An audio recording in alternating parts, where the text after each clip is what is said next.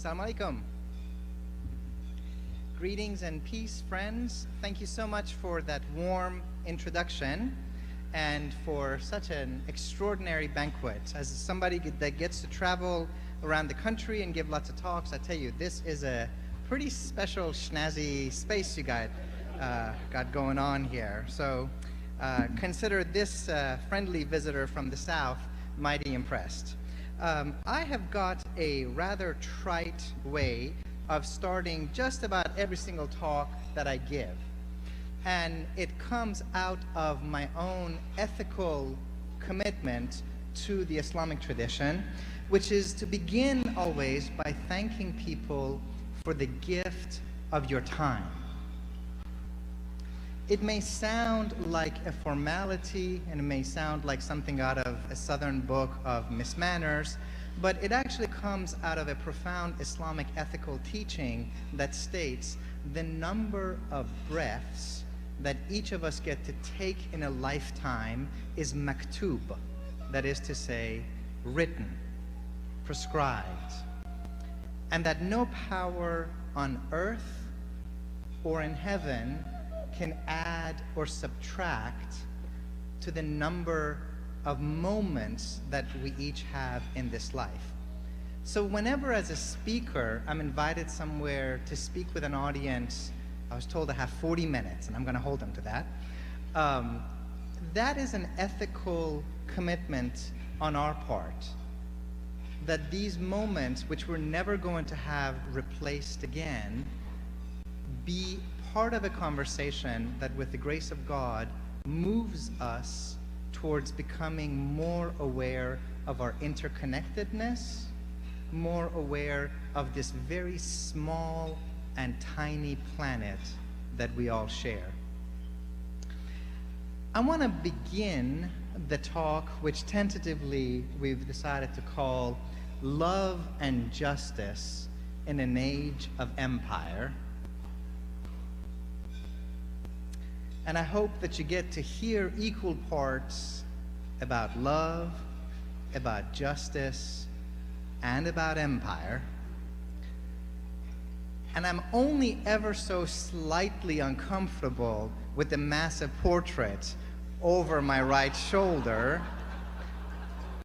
But if part of a prophetic tradition, which all of us who come from the Jewish tradition, the Christian tradition, and the Islamic tradition, is to speak and to speak boldly and to speak truth to power, and I trust to do so humbly and in a way that is rooted in love, then everything that I would say here, I hope and I trust would be something where if ex-President Bush were not a big, enormous portrait on the wall, but actually joining us in this dinner, I would hope that I would say exactly and identically the same way.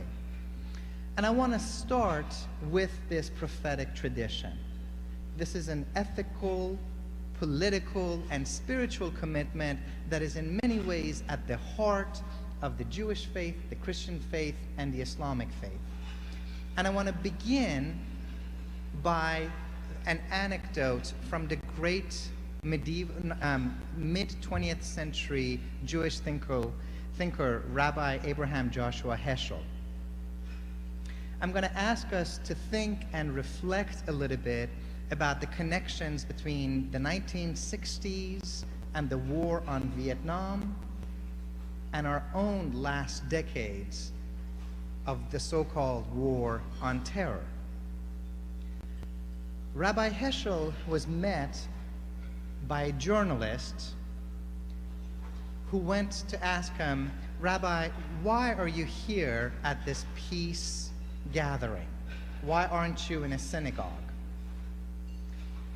And Rabbi Heschel said, I'm here because every time that I open up my prayer books, instead of being able to read the Hebrew words on the page, I see images of the children of Vietnam burning in napalm. I am here because I cannot pray. And until and unless we bring an unjust and immoral war to an end, I cannot return to prayer. Now this, from a man that many of us come to consider among the most illuminated examples of the Jewish tradition in the context of the 20th century. It's not at all surprising that Rabbi Heschel had such a profound friendship with that other prophetic revolutionary thinker that God blessed this country with, Martin. We just finished celebrating the 50th anniversary of Dr. King's famous speech on the steps of the Lincoln Memorial in Washington.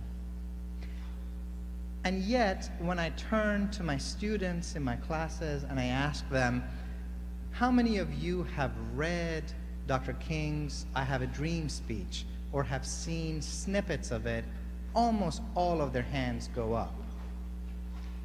And yet, when I ask them, how many of you have also read the Riverside Church speech, Beyond Vietnam, I usually only get 1 or 2% of their hands going up.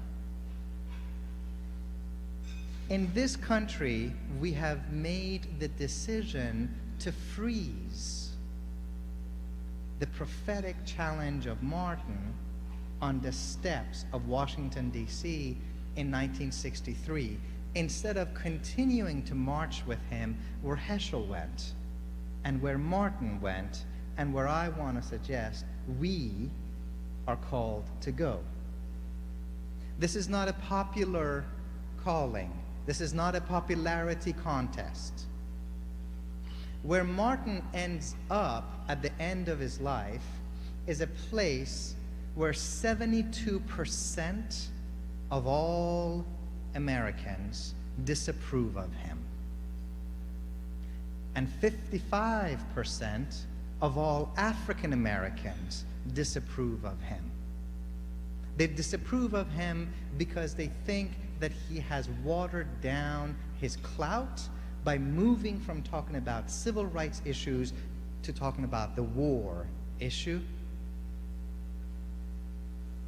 The FBI that was wiretapping people then as it's wiretapping people now.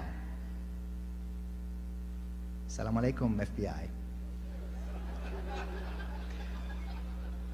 Malcolm X used to have a wonderful tradition of starting his speeches by saying, Assalamu alaikum, ladies and gentlemen, friends and enemies. Because we are kidding ourselves if we think we have so many people here and we don't have any enemies amongst us. I don't necessarily want to go there, but I understand the impulse.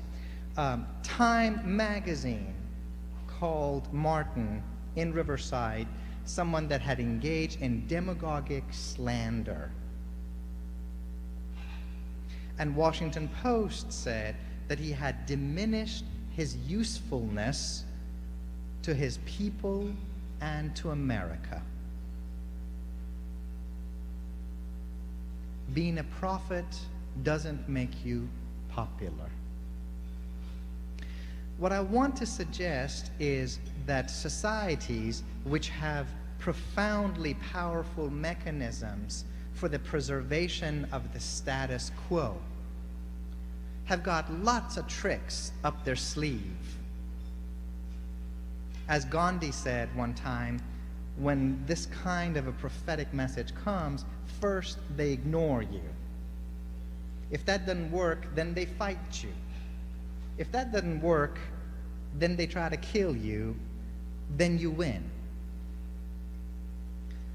And far be it from me to ever try to suggest something above what Gandhiji had said, but I would add that in today's world, there's one more trick up the sleeve of the power establishment, of the status quo, of that small sliver of society which is living quite comfortably, in distinction to perhaps the majority of the poor and the working poor who are not. And that trick is not by ignoring you, and it's not by fighting you, and it's not even by killing you. It is instead by turning you into an icon. This is precisely what we as a nation have done with the legacy of Martin. For all practical purposes, we have taken that revolutionary Christian who's there in Memphis because he's standing in solidarity with the sanitation workers of Memphis, and we have rendered him into a black Jesus, where we bow down to him once a year, and every American president, Democrat and Republican alike, goes down and places a wreath at his tomb and then returns to the war business. What I think we are called to do in an age of empire is to be willing to go where Martin went, to that difficult and uncomfortable place where out of a commandment of love, divine love that overflows to the point that it encompasses the whole of humanity, you begin to say that the struggle here is connected to the struggle there.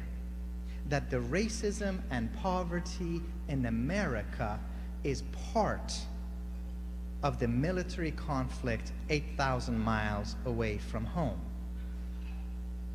It's when Martin begins to say that we as a nation will never devote the resources that we need to fight poverty and fight racism at home as long as war is sucking away our precious resources and human power like, and he calls it, a demonic suction tube.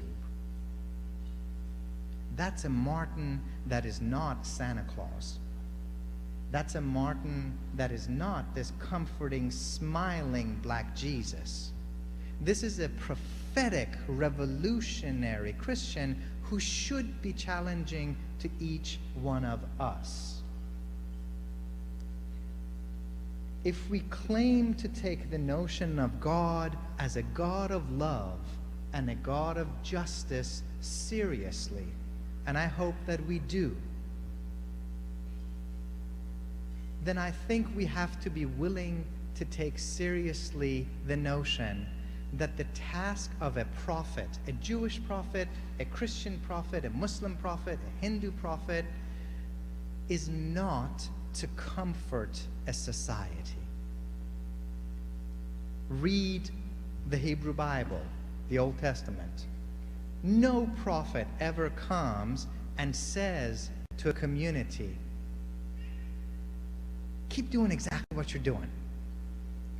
God is especially pleased with the way that you're treating the poor, the widows, the orphans, the immigrants, the strangers, and the grad students. Right? The downtrodden of society. Every prophet comes saying, you have forgotten about God, and you have forgotten what it means to live righteously. Repent now, or the judgment of the Lord is upon you. And the way that you know whether you're right with God is not by praying more, and it's not by fasting more, though that doesn't hurt. You begin with what Christ teaches us in the Gospel according to St. Matthew, chapter 25, by looking through the eyes of the least of these. That which you do unto the least of these, you do unto me.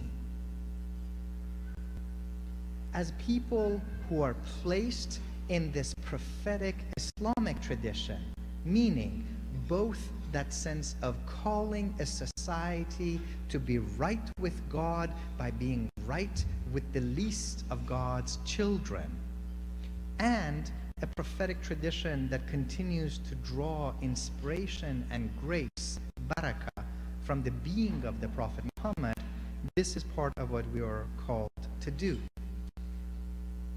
Let's go with Martin to Riverside and think about what it was that he warned us about. That triplet giant of evil. He warns us against racism, materialism, and militarism. And then let us have the courage of our conviction to figure out where do we stand today in 2013. Racism, we just are still healing from Trayvon, from my own home state of Florida. Many of us are still dealing with the stop and frisk policies in New York City, which targets people of color at over 90%.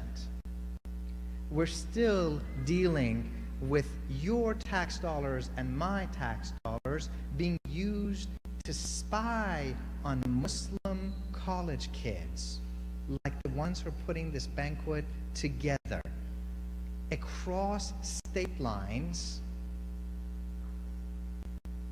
not on the basis of what they have done, but on the basis of what they hold to be sacred in their heart. If that is not a violation of everything that we know about the American legal tradition, I don't know what is. If we want to take a look at where we stand with respect to poverty, think about the fact that we now are a more stratified society than we have ever been before in our history. We have 400 individuals. You could almost fill this banquet hall with them. 400 individual Americans who own more wealth than the bottom 150 million Americans. It's a staggering disparity. We've got the top 1% of this country owning 42% of the wealth. And in my own state of North Carolina, which used to be North Carolina, we don't suck as bad as South Carolina. North Carolina, at least we're not Mississippi.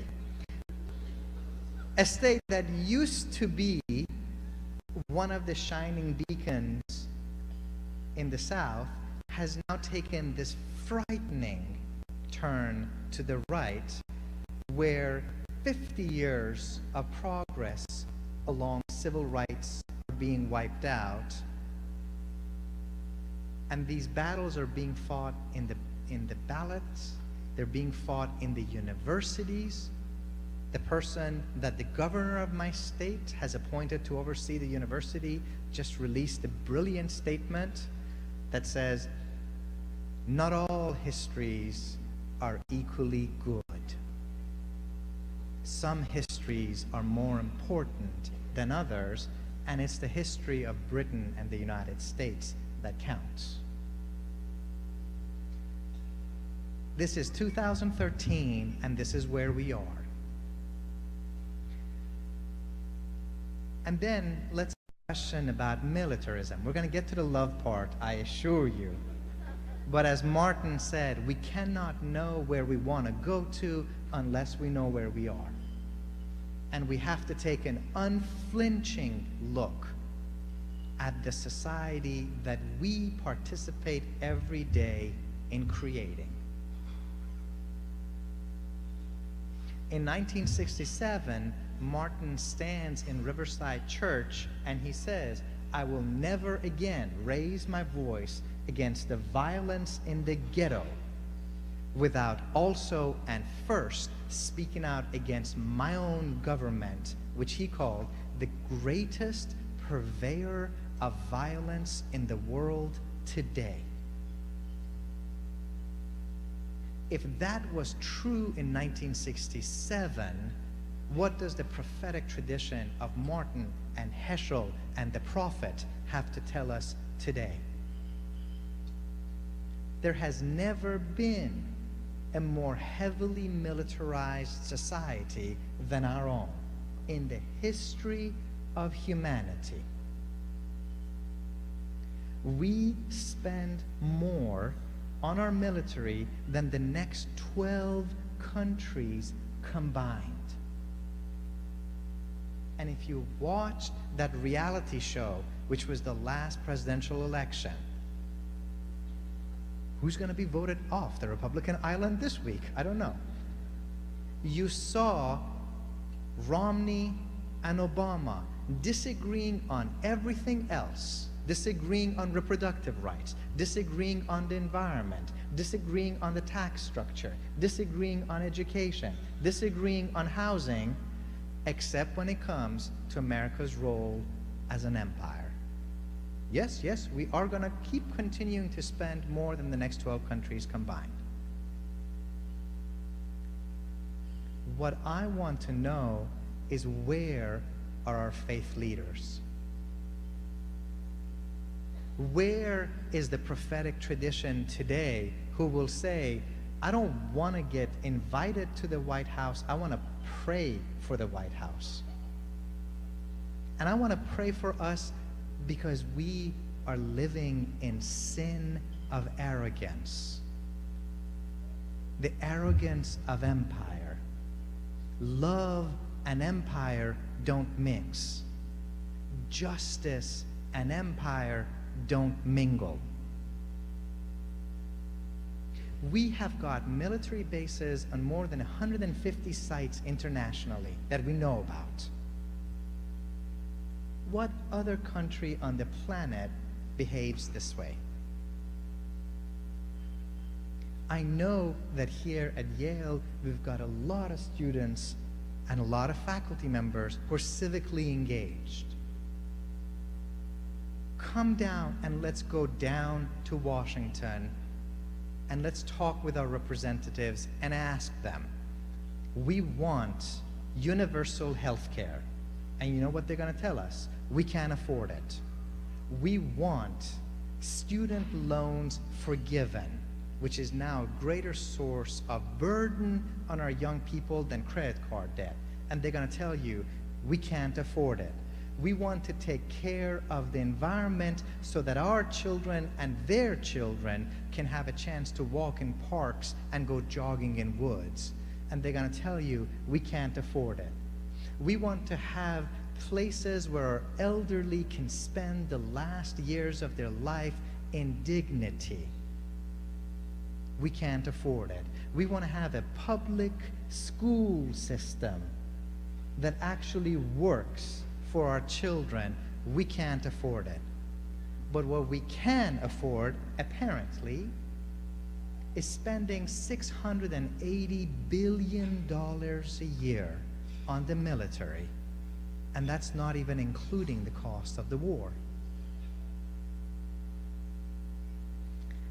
Some of you have been hearing a lot about drones recently. A lot of us saw that courageous Pakistani young woman, Malala Yousafzai, spending time with President Obama.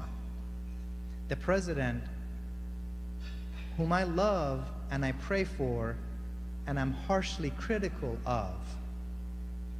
Because in this tradition, as Martin said in the letter from Birmingham jail, there's no great disappointment where there's also not great love. So I'm not one of the people who thinks Obama is some socialist Nazi planting a hostile takeover of America. But I want us, starting with the faith leaders of our community, to say, we in this country are still dealing with the wounds of September 11th. Many of us know people who perished. Even more of us know families and co-workers who lost loved ones. What if I were to tell you that we have killed more civilians in Pakistan and Yemen and Somalia and Afghanistan than Al-Qaeda killed on American soil. How are we supposed to answer the God of history? Where do we stand if Martin said that the suffering there is just as much of an offense to the God of the whole cosmos? What we're called to do is to perpetually extend the circle of our compassion until it encompasses the whole world. If you love, but you love only yourself, you're an egotistical narcissist. If you expand your circle and you say, I love my family, then you're guilty of nepotism. If you keep expanding and said, I love everybody that's got my same skin pigment, then you're racist. If you keep expanding and say, I love everybody who's part of my religious community, then you're a religious bigot. Somehow, we think it's no longer publicly acceptable to preach the notion of racial supremacy. What about national supremacy? Where is it written that the life of an American is an iota more precious to the God of the whole cosmos than the life of that Pakistani grandmother whom we just blew to smithereens?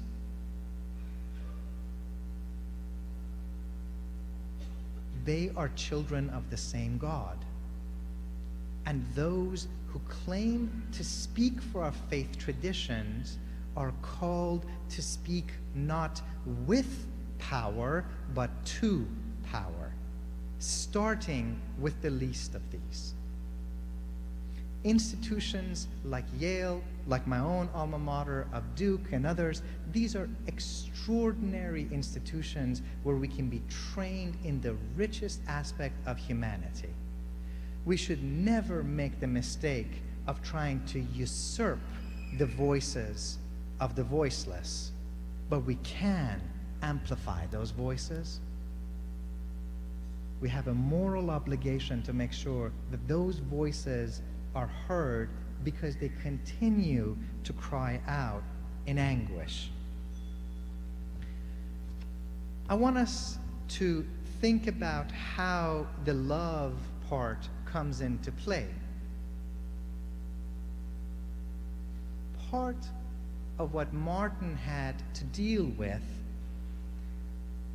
was the criticism that he received. Dr. King, aren't you just a minister of the church?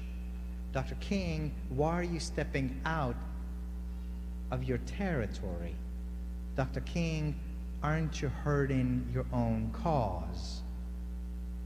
And he kept having to repeat, I'm sorry, sir, you don't know me.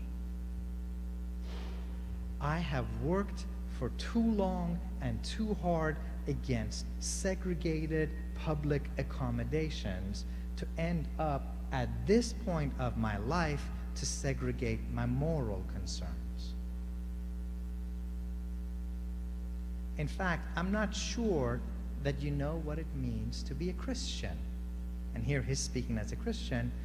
For is it not true that the Father offered his Son to die on the cross for all of humanity, including the Vietnamese?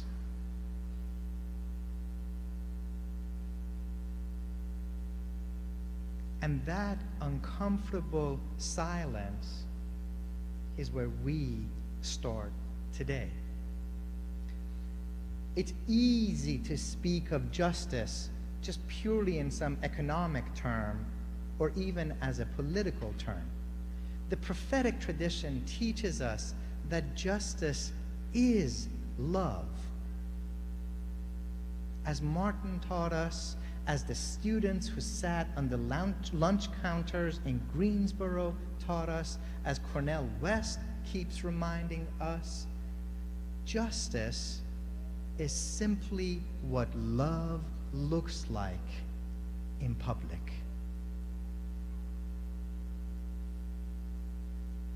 Love made public is justice. When we're calling for justice for the children of Pakistan, for the children of Afghanistan, for the children of inner city America, 20+% of whom now live in poverty, justice means that you're in our circle of love. I cannot be who I ought to be if you are not who you ought to be. This is what the African tradition calls Ubuntu, that you and I are caught up in this together. My humanity and your humanity is part of that inescapable network of mutuality. And for those of us who come from the Islamic tradition, this love is familiar.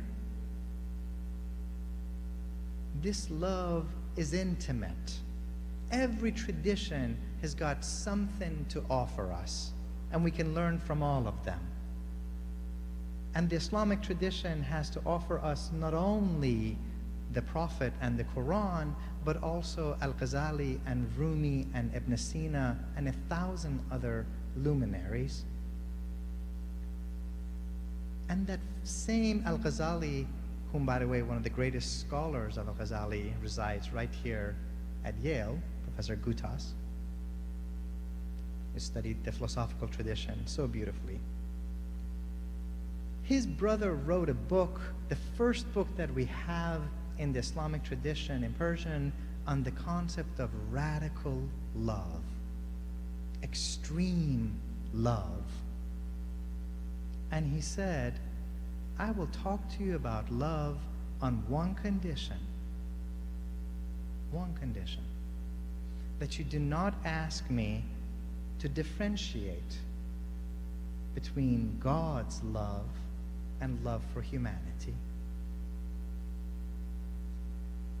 He was a reggae man. There is one love.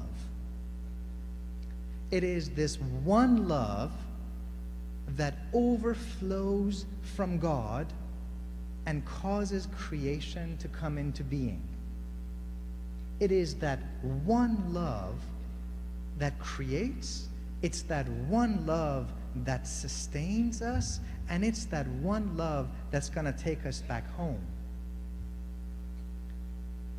The only task that we have in this life is to place ourselves in this cosmic and divine current of love. To stand in this ocean and be carried by God's love. You and I, according to this teaching of Islam, don't have to do anything other than remove the blockage from our own heart.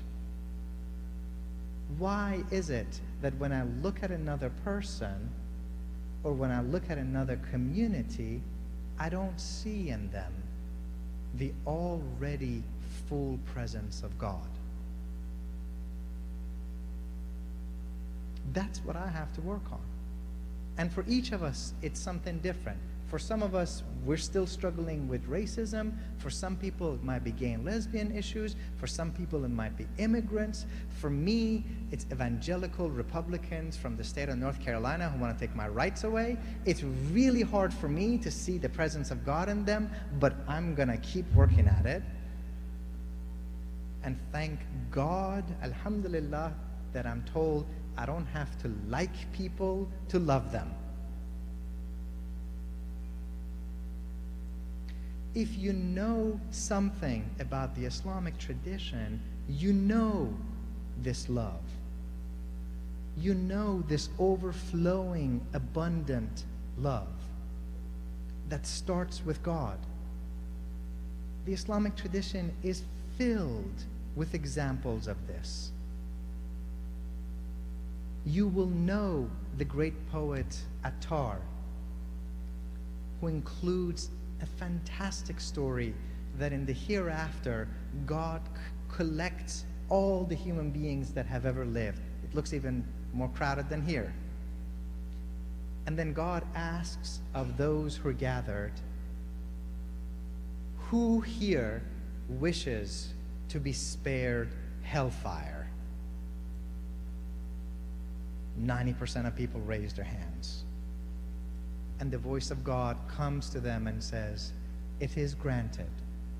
All of you who raised your hands are spared hellfire. They rejoice and they leave. God turns to the 10% who left and says, of you, who here wishes to attain to my loftiest and most luminous paradise? 90% of those who are left raise their hands again. And God says, my loftiest and most luminous paradise is yours. They rejoice and they leave. And there's but a handful of people left, and this time the voice of God comes thundering at them. I offered you salvation from hellfire, and you took it not. I gave you the most luminous of paradises, and you took it not. What are you waiting for? And this handful of people who are left say, we did not come for heaven, nor did we come to be spared hellfire. We came for you. And this time, the voice of God comes back to them and says, in that case, I am yours.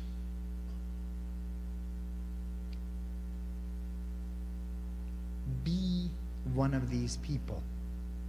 Become one of these human beings who chooses to be placed in the current of cosmic and divine love,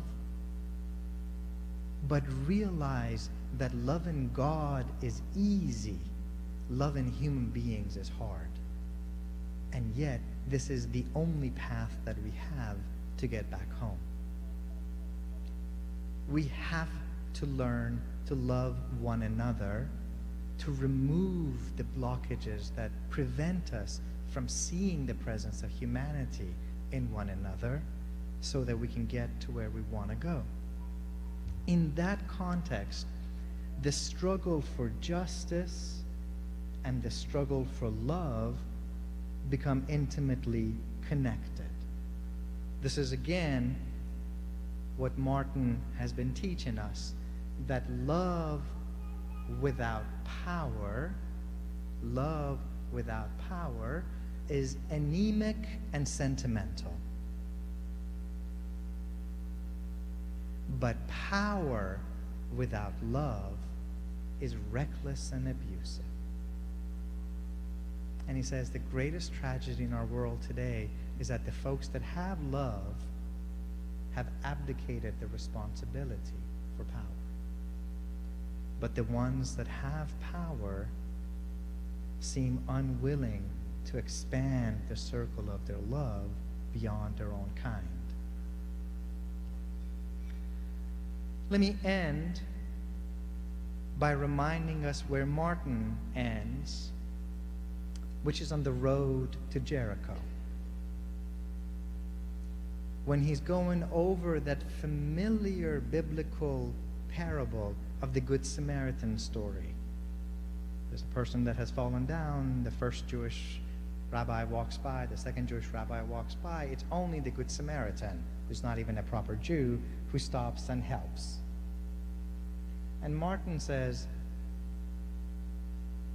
we have to be willing to ask the question not, why did the first rabbi walk by? Why did the second rabbi walk by? we have to be willing to ask the harder question: why do we tolerate the existence of a road to Jericho that produces victims? It's the entire edifice that is in need of redemption. And that prophetic Martin is the Martin that is killed. That prophetic Martin is the Martin that holds up a mirror to America and says, America, you must be born again. And he doesn't mean born again in Jesus.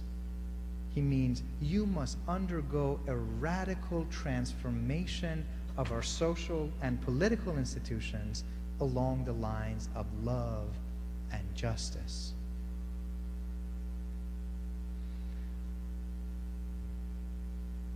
And here, all of us, of course, have concerns. All of us want to be, all of us want to be successful.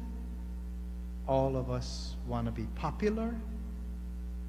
Cultures like this celebrate success. And here's our analogy with the Eid story, which is, after all, an Abraham and his son story as much as it is a Hagar story. If Abraham was asked to sacrifice that which was most precious to him, his offspring, are we willing to risk what might be most precious to us in the cause of what is right? Martin ends by asking, cowardice asks the question, is it safe? Expediency asks the question, is it politic? Vanity asks the question, is it popular? But conscience asks, is it right? And there comes a time when we must do something not because it is safe, not because it's politic, and not because it's popular, but because it is right, and that time is now. You have heard every American president end their speeches by stating, God bless America, which, as a child of the world, always makes me wonder, does God's blessing spill over beyond our national borders? And occasionally, we've heard the preacher here and there saying, God damn America. My parting words for us this evening is to remember that when Dr. King founded the Southern Christian Leadership Conference, the SCLC, in 1957, they had one motto. And it wasn't to bless America, and it wasn't to damn America. It was to save the soul of America. As people of faith, and as people of goodwill and no particular faith, this is the prophetic challenge that I think we are called to this evening and every evening. How do we dedicate ourselves to the redemption of our own society without seeking to destroy the rest of the planet, but to say that we will be who we ought to be when the rest of the world has a chance to be who they ought to be? Thank you for your hospitality. Thank you for the invitation. And thank you for everyone for the gift of your time for these 43 minutes.